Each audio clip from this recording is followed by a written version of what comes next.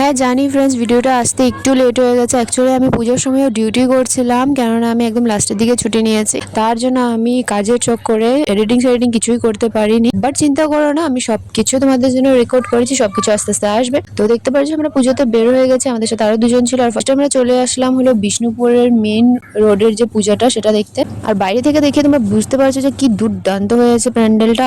আর এই প্যান্ডেলটা দেখার জন্যই ফ্রেন্ডস এই লম্বা লম্বা মাইলের লাইন পড়ে গেছে। তো লাইনে দাঁড়াতে দাঁড়াতে আমাদের খিদে পেয়ে গেছিল, তার জন্য আমরা একটু কিছু খেয়ে নিয়েছি। আমি তো অলরেডি বাড়ি থেকে খেয়ে এসেছিলাম, ছোটি মোটি ভুক তথাপিও লেগে থাকে জানোই তো। তার জন্য একটা চপ খেয়ে নিলাম, পায়েলোরাও খেয়ে নিল। এরপরে আমরা চলে গেলাম হলো ভেতরে। আর ভেতরে গিয়ে তো ফ্রেন্ডস আমি কি বলবো, পাগল হয়ে গেছে। মানে কোন দিকে সেলফি নেবো, কোন দিকে ভিডিও করবো কিছুই বুঝতে পারছি না, একদমই কনফিউজ। তো ভেতরে আমি যা পেরেছি সব কিছু রেকর্ড করার চেষ্টা করেছি, কেননা দাদাতে একটুও টাইম দিচ্ছিল না ওরা। মানে বুঝতেই পারছো, এত লম্বা লাইন ধরার পর যখন বলে চলো চলো চলো হয়ে গেছে বেরো বেরো, তখন এই জিনিসটা কিরকম লাগে। তথাপিও আমি গার্ডদেরকে বলে একটা দুটো ফটো ক্লিক করেছি, যেটা আমি আমার ইনস্টা আর এফবি হ্যান্ডেলে পোস্ট করে দিয়েছি, তোমরা গিয়ে চেক করতে পারো। দেন চলে গেলাম আমরা আরেকটা পুজো দেখতে। আর এখানেও দেখতে পাচ্ছ ভিতরে ভিতরে কিন্তু আরো দুটো পুজো হয়, যেগুলো কিন্তু দেখতে অনেক দুর্দান্ত।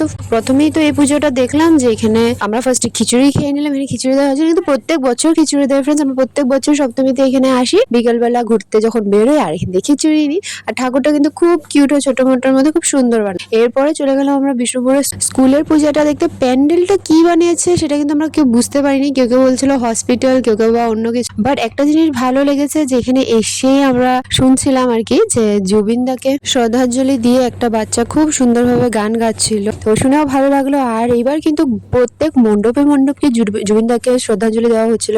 এরপর আমরা ঠাকুর দর্শন করে চলে গেলাম প্যান্ডেলের ভেতরের দিকে। আর প্যান্ডেলটা ছিল পুরাটাই অন্য একটা থিমে বানানো, পুরাটাই পাথর দিয়ে বানানো হয়েছিল, ছোট ছোট পাথর কালেক্ট ওরা অনেক সুন্দরভাবে ওরা এটাকে প্রেজেন্ট করেছে। দেন এখান থেকে বের হয়ে চলে গেলাম হলো বিষ্ণুপুরে এখানে আরেকটা পূজা দেখতে। এখানে একটা নতুনত্ব পেলাম যে এখানে গ্যাস লাগানো ছিল, আর উপরে ফ্যান দিয়ে আমাদেরকে রজনীগন্ধার স্মেলটা আমাদেরকে স্প্রে করা হচ্ছিল, যেটা লাগছিল অনেকই দারুণ। মানে মানুষের যেন ঘামের গন্ধ বা অনেক রকমের বাজে দুর্গন্ধ যাতে গাড়ি থেকে না বের হয়। তোমরা যারা যারা বডি স্প্রে বা পারফিউম লাগিয়ে আসনি তাদের জন্য কোনো প্রবলেম নেই, এখান থেকে তুমি সুগন্ধ পেয়ে থাকো। কিন্তু একটাই খারাপ হলো যে এটা পুরো আমাদেরকে ভিজিয়ে দিচ্ছিল, মানে আমাদের হেয়ার স্টাইল, আমাদের মেকআপটা পুরো একদম ওয়েট করে দিচ্ছিল। বাট এখানে মূর্তিটাও কিন্তু হয়েছিল সেই লেভেলের, প্রত্যেকবারই এখানে খুব সুন্দরভাবে মূর্তিটা বানানো হয়। এরপরে আমরা চলে আসলাম হলো আটগাঁওয়ের পূজা দেখতে। গাড়ি থেকে নেমে প্রথমে লাইন ধরতে গিয়েছিলাম মণ্ডপে ঢুকতে, বাট লাইন শুরু হয়েছে তো হয়েছে, শেষ হওয়ার আর নাম নেই। এইটা দেখে আমাদের সবাই মাথা ঘুরিয়ে গেল। এরপরে ভাবলাম যে না, আমাদের দ্বারা সম্ভাবনা হবে না এখানে লাইন ধরতে, কারণ এখানে প্রায় 2 ঘন্টা লাগবে যদি আমরা লাইনে দাঁড়াই। এরপর আমরা চলে গেলাম হলো মালিগাঁওয়ের উদ্দেশ্যে। আর ব্রিজ দিয়ে যাওয়ার পথেই আমরা দেখে ফেললাম হলো আটগাঁওয়ের প্যান্ডেলটা, যেটা বানানো হয়েছিল